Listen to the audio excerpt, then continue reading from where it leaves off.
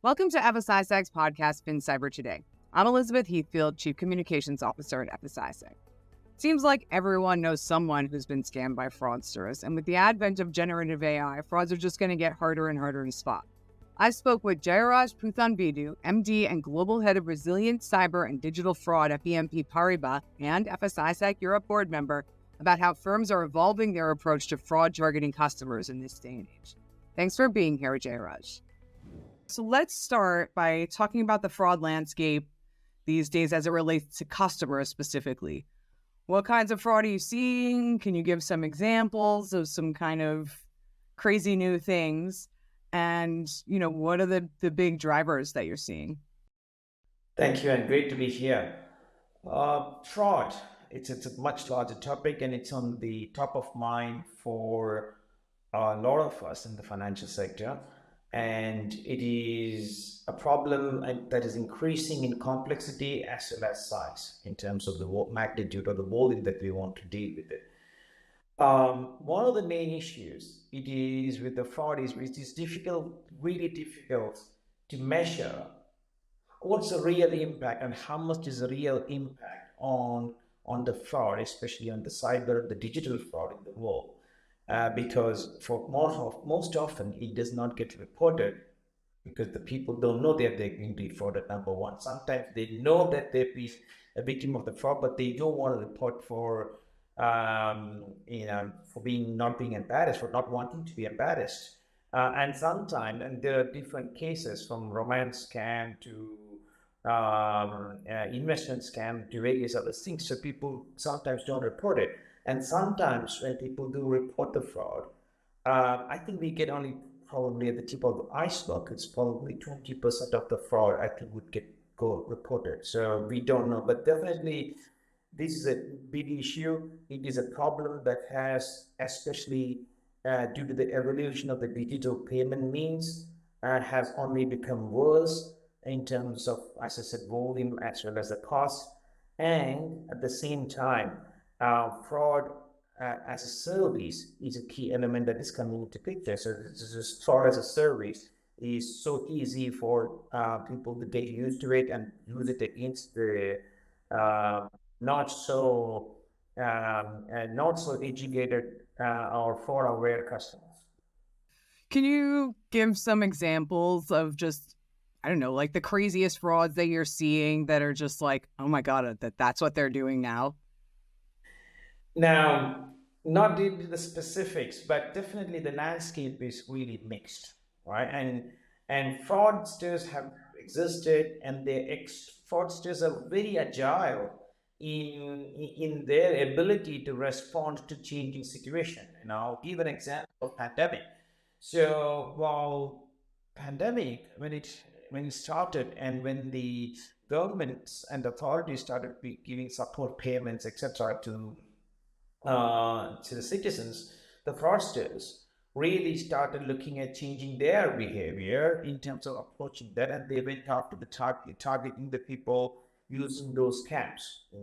So every time the fraudsters change the threat landscape, and mostly as we look at some of the major trend that we see, phishing and account takeovers. These are some of the techniques that we use mostly via social engineering, right? So account takeovers and phishing, most importantly, most widely seen, and all of the time, it is those basic phishing and social engineering is what it helps.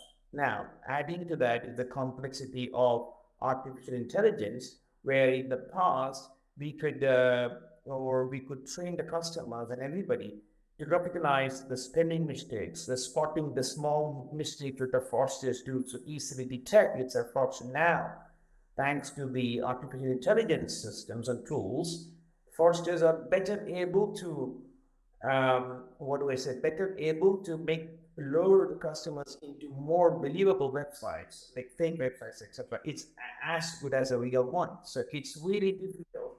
So this is on the retail side. Now, we cannot forget that the corporate, big, large clients are also victim of the fraud. Big EC scams, business email compromise scams, and targeting significantly large corporations. And this is where the large amount of money is at risk as well, because one is a retail banking, but this is a large, a big, you could talk about 9-figure or more than that numbers being affected. And this is, nobody is immune. Corporations are not immune. Government organizations are not immune to that. So depending on the nature of the customers, the fraudsters change as well. So you go to, and this is what I said, you fraud as a service with extended capabilities. This is a key thing as well coming across. So and this is complicating, getting complicated more and more with the advancement in technology. So that's where I see the trend going. Yeah, I mean, I was just going to ask, who are the customers who are most susceptible? Because everybody always assumes that it's like older, less digitally literate individuals. But if at this point you can't tell the difference between a real bank's website and a fake, an impersonation website, then doesn't that mean that everybody's susceptible? Yeah, as I said, fraudsters are enterprise business now. It's not longer as somebody trying to make some money out of a neighbor. No, these are real enterprise firms with proper call centers across various countries, etc., operating. So if you look at it, there are profiling that we do when the banks or financial services do customers based on different profiles. When you want to sell it specific targeted businesses, you sell it exactly like that. The fraudsters target various teams. As I said, they could be for the older generation or less tech savvy generation, definitely get targeted much easier with man in the middle attack, account takeovers, etc. It's much easier. But also, you see the youngster also attacked in the, there are various different aspects of profiling that the customers do or the fraudsters do against the customers. And they target scams based on the nature of the people that they're targeting. So youngsters, or it could be the very teenagers to the bit of the towards the very young to the middle age to the old, and from educated to the well-to-do family, the rich, and they even look at the postcode to see what's the average price of the house on that postcode, so they know how rich people must live there. So they have proper data analytics and systems in place to target specific aspects of it and specific themes around it as well. So if it is cost of after the COVID-19, if it's cost of living crisis, then the themes on fraudsters will be based on that. So they continuously evolve this, and this is another thing that people think it won't happen to me. Either that's absolutely wrong, and we used to think that everybody have been victim one way or the other. That's the amount of impact varies, but one way or the other, people have been or will be victim of the fraud unless they are completely digitally savvy, understand what's going on, and they are really professional, almost professional state to deal with this. Which almost nobody is. What do you think the impact of this is, not just on the customer losing money, but vis-a-vis, trusting the financial system and trusting their bank? Yeah, this is a very interesting topic, and I think it's very personally favorite topic of mine as well. For a long time, we are focused on securing the financial sector, our own banking systems, our own websites, applications, and data of customers, etc. But I think we have to move. We have to have another look of it, which is external looking. How do we protect the customers now? It's not enough just to protect our own infrastructure and assets and information and people, but we have to help protect the customers and sometimes protect the customers themselves in that context. Now, this is important to gain trust. This is where I bring the concept of digital trust. Digital trust is not just about privacy and how your data is used by the financial sector. To me, where I would define digital trust is also about it's between the two parties, the customers and the financial institution in our case. to be able to have the trust from the customer's perspective that this person's money is safe, the person's data is safe, and the banking services will be available when it is needed the most. And that establishing the digital trust, but mind you, I don't know how many times people see the retail banking branch nowadays. Nobody goes to a bank branch. Nobody has the handshaking ability anymore or don't want to do that. So there are the digital transformation. It's purely digital banking most of the time that we do, let alone all the payment services that we have to deal with it. Now, we have had, so in this kind of cases, how do we build trust that you I'm not going to click on a fake website? That's an important thing where I land up giving my username, password, and sometimes multi-factor authentication itself being compromised, and ultimately the money is taken away. How do we do that? So is it? I mean, it's always, no matter what, if I or you lose the money, first thing we think is the bank did not have the right controls in place. Did the bank or the financial sector do enough to protect me? And this is an important thing. Trust is difficult to gain and easy to lose. So how do we build trust? I think it's about raising awareness about cyber, raising awareness about understanding the threat that they are living in, and that I think it's an important that the financial sectors needs to do the due diligence, due care, to train the customers, bring them up to speed on the latest trends.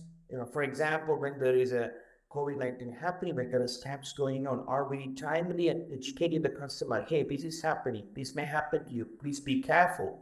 Don't do that. I think establishing the trust. So, and that's very important. Also, another aspect of that we need to also think about is when account takeover happens, or when business email compromise happens, when it completely on the other side, how do the banks know that the bank indeed is transacting and talking to the customer versus himself? So the trust also has to be thinking through that. How do we know? Are there secure channel communications or protocols that can be established that we exactly know the banks are not talking to the perpetrators of the fraud? That's very important as well. I think this is where and mechanism need to be built in.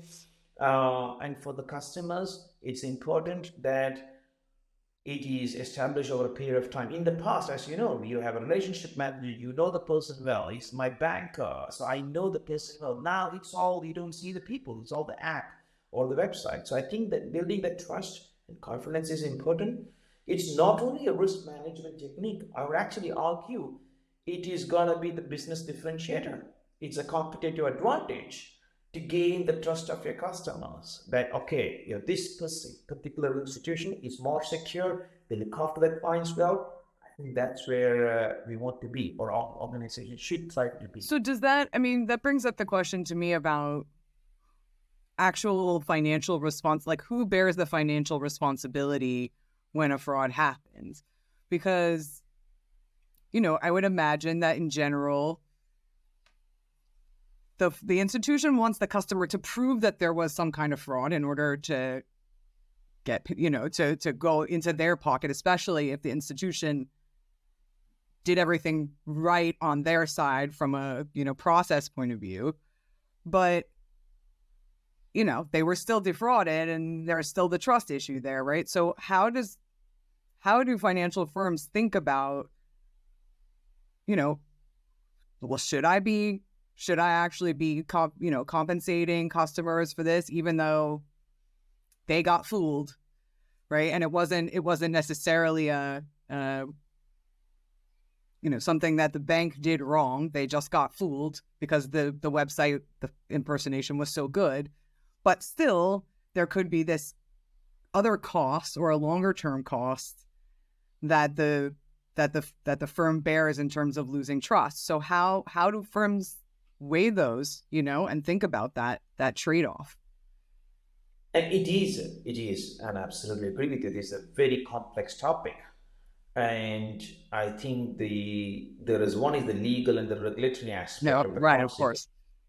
fraudsters, and how do we bring the fraudsters into justice. And it's very important that the law enforcement aspects, the legal, the regulatory context is taken into consideration, and also the expectations on the banks generally is very high in terms of making sure that the customers are not the victim of the fraud. So there is expectation. So in terms of financial reimbursement, etc., yes, if first of all, as I keep saying, not every time even customers know that they have been defrauded. And when they know, they don't even report it because of various reasons. But when they do report it, I think it goes through most often. My understanding most often is that the banks take the risk of and having and do the repayment. I think there are exceptions, etc. But most of the cases, banks do make good of the loss that they've done, or they have amicable settlements with the customers.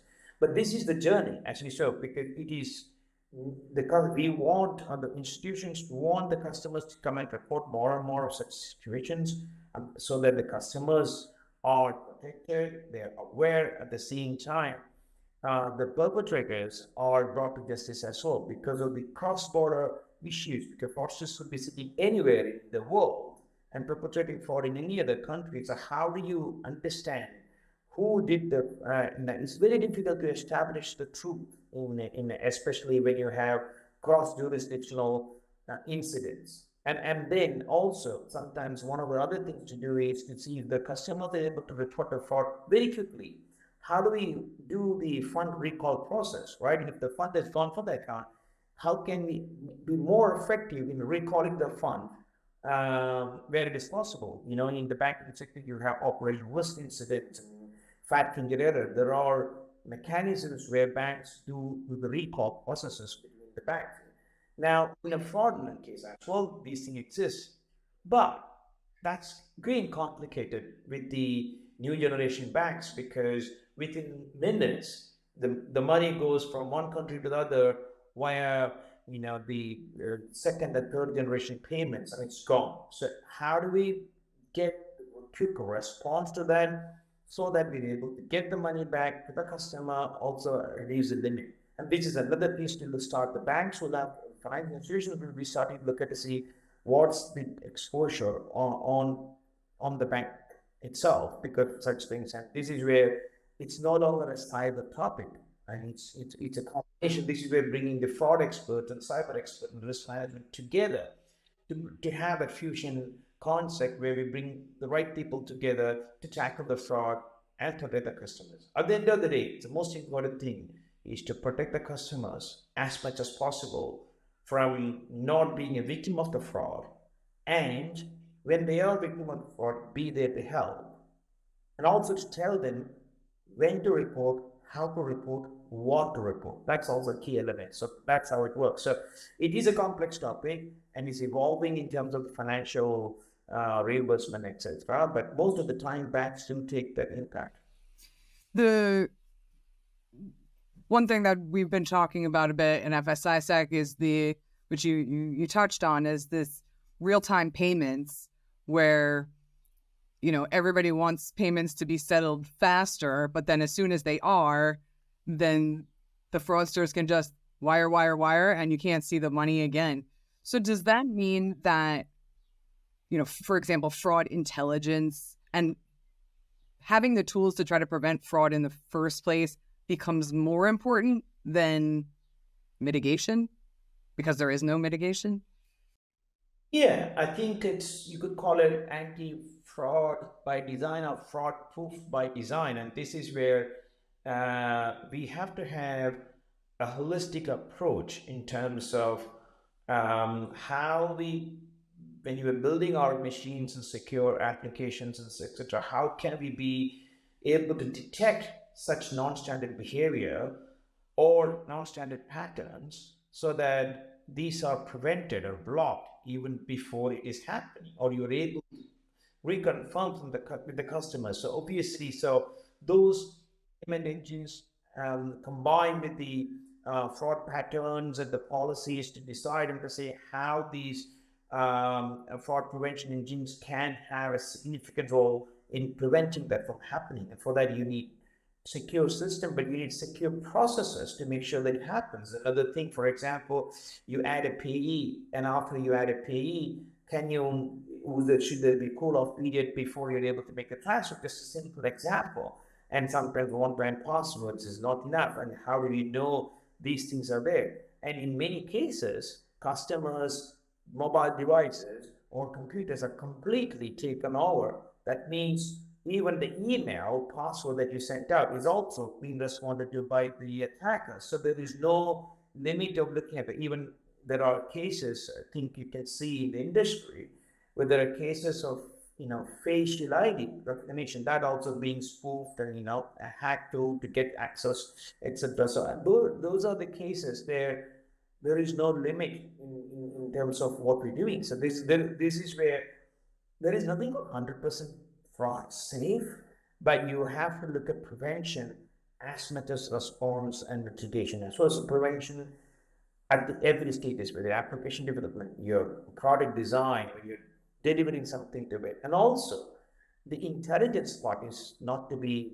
underestimated. The intelligence about who is making the website of your own better than what you have actually. And this is where to look at to see how you identifying your phishing and fake websites. How do we automatically take them down, and what kind of effort that you continuously do that? It's a fight against time sometimes, because how quickly you have to do it so that your customers not fall for it.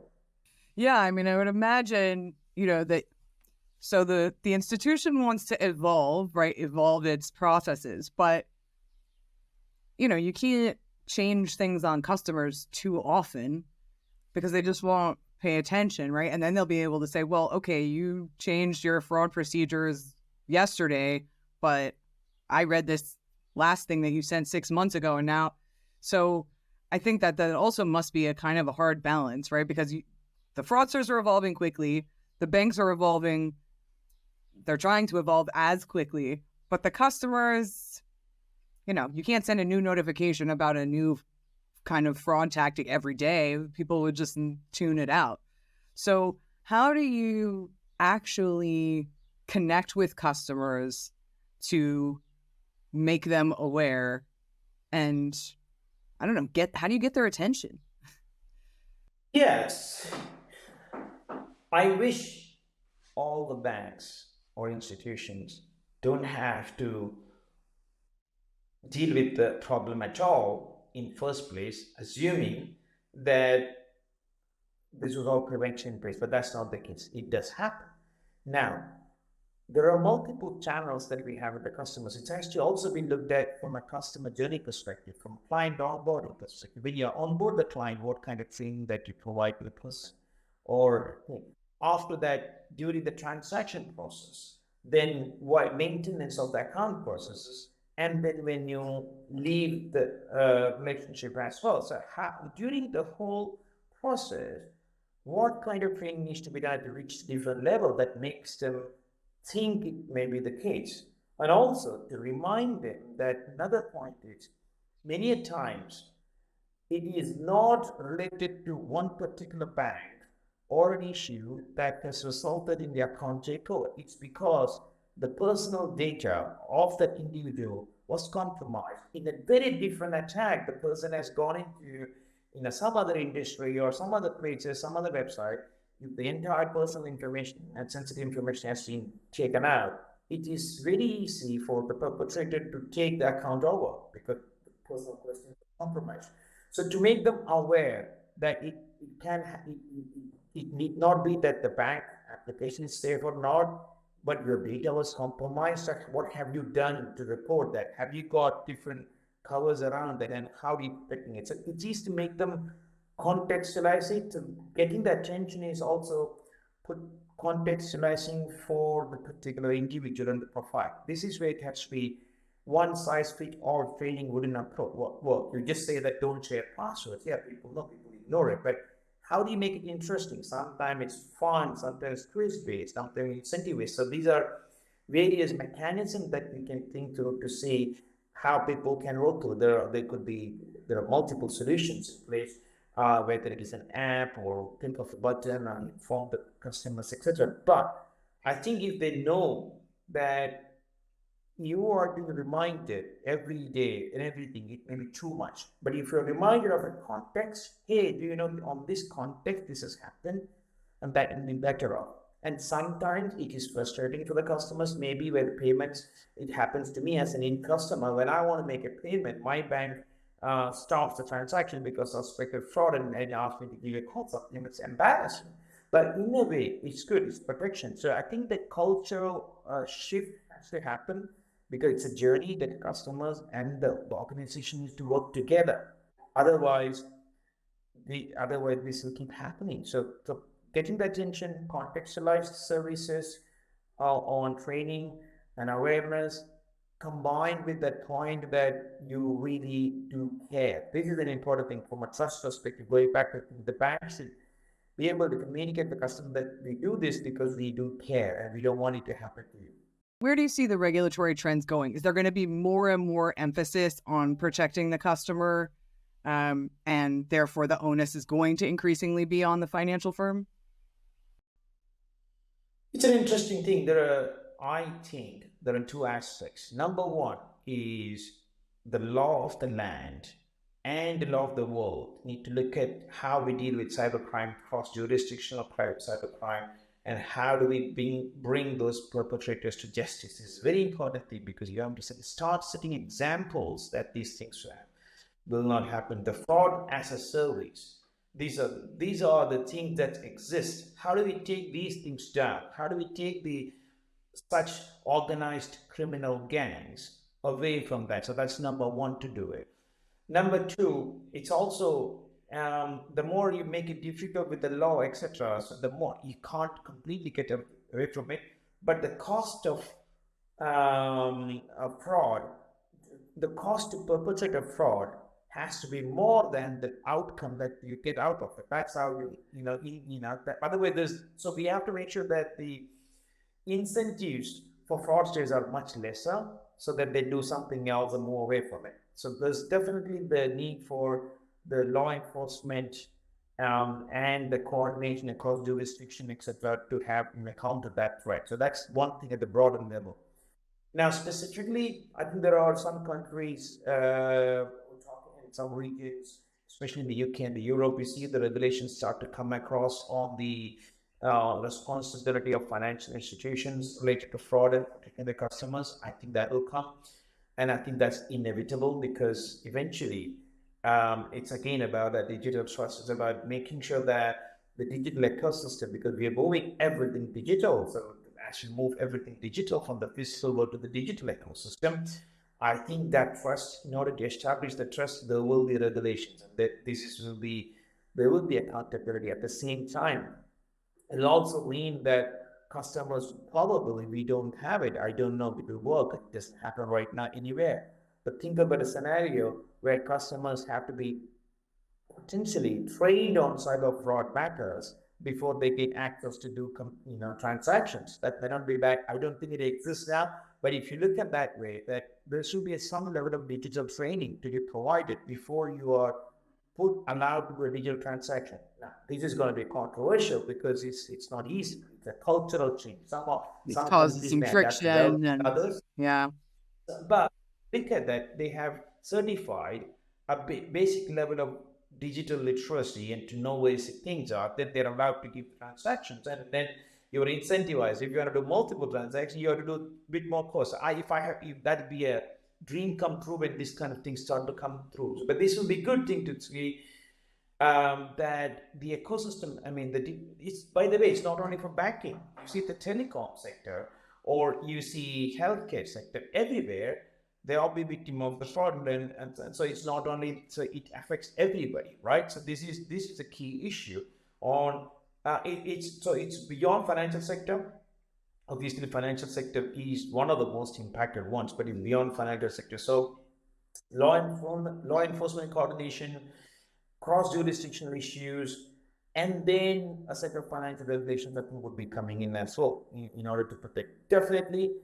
We have seen a lot of data protection requirements coming in. If you look at it, what's the consequence of a data breach? People talk about data breach quite often. Data breach, and after what happens? After 10 days of headlines, People forget about it. Nobody talks about it. Actually, this is where I would like to tell everybody. When you have a data breach, and you hear about the data breach, the consequence of data breach is that your information is going to be used by some malicious people for their advantage against you to separate the money from you to theirs, right? It's as simple as that. So at the end of the day, that needs to be brought in. It's much wider consequence management. Yeah. And this is where that connected messaging would help. So speaking of that, what can we do as a sector together when it feels like it's a battle that everybody's fighting? What can we do as a sector together to try to address it? And I mean, I don't know, what are we doing and what should we be doing? I think that's a very good, extremely good question. And FS-ISAC has a role, I think it's been playing the role of financial intelligence sharing. It's an important thing that we start to share actionable intelligence. Definitely there'll be false positives and false negatives, but there will need to be that it is difficult to share all information, and because it's difficult, so this has to be a phrase where anonymous sharing of information on the trend and the pattern to bring about, as I keep telling you, right now, I don't think globally we have any single data that shows what's the real loss that customer has from digital fraud or cyber fraud. It doesn't exist right now. Why? Because it's hugely underreported. Why? Because people don't share information. Why? Because lack of trust. Now, why lack of trust? Because you don't want to be seen in the market. So this is where we have to see how such perpetrators' modus operandi is shared. How does the fraud patterns are shared? How does the intelligence on which areas are targeted? There are some countries or markets specifically targeted in specific season. There are some places where it's targeted for. So I think this is when you start looking at that. For large organizations like us, you have to share it within the organization, and then big organizations and big banks and big financial institutions and the ecosystem start sharing more into what's coming in. I think it's increasing. I have to say that it's more and more country level coordination, regional coordination, and international coordination.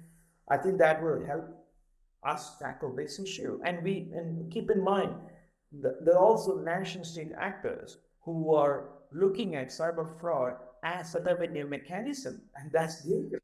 So this is where we have to think about that. There are trained professionals. This is the only way for them to make potentially money, and this is another revenue mechanism. This has to be taken into account as well. So the better we share, the better we will be. Is there a challenge to sharing in that fraud can involve PII, right? Whereas like cyber threat intelligence is not necessarily it's not customer data. So at some level, I would think that that's easier to share versus, I don't know the answer to that. I'm just asking, like, is there a it's not privacy issue with sharing?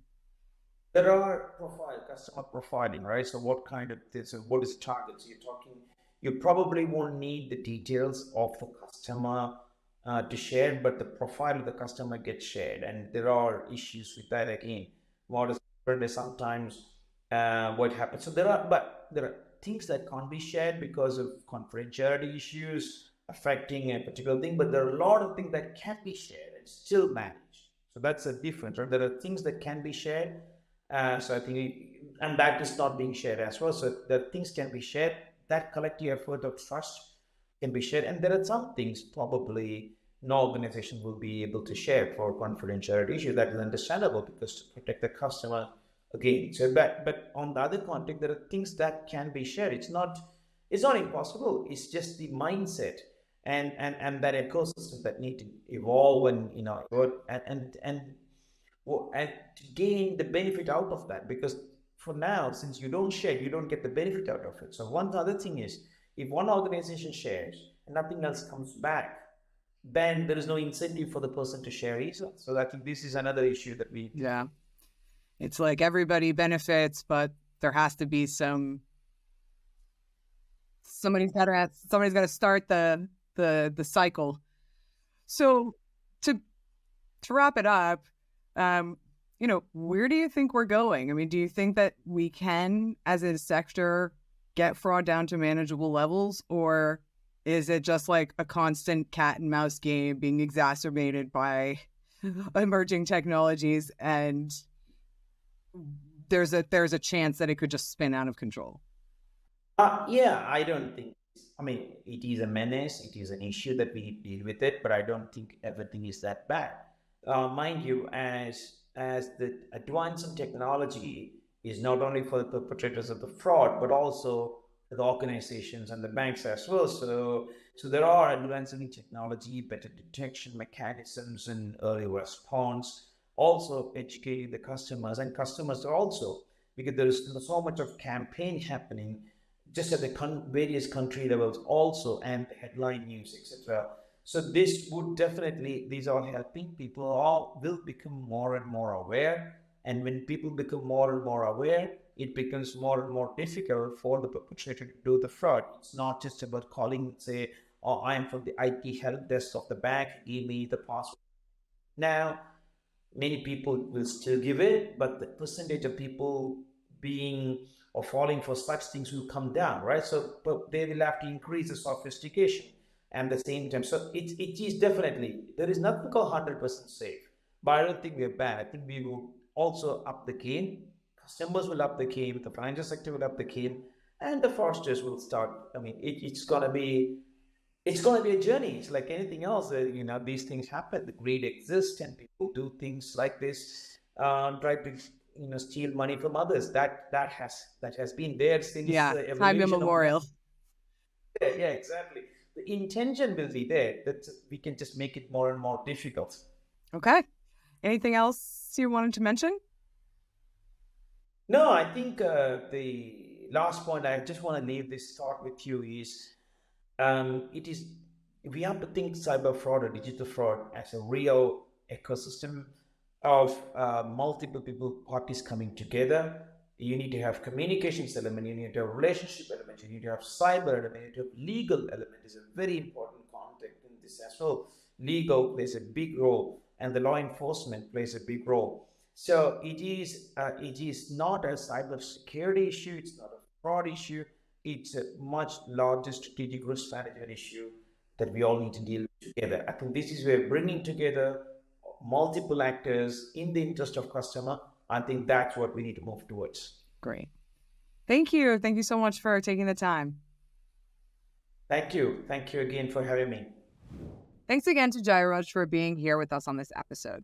If you like this podcast and want to hear from more FinCyber leaders around the world, subscribe to FinCyber today on Apple Podcasts, Spotify, or YouTube. You can also find them as well as articles by other thought leaders at FS-ISAC.com/insights, and also follow us on LinkedIn and Twitter. Thanks for listening, and I hope you learned something.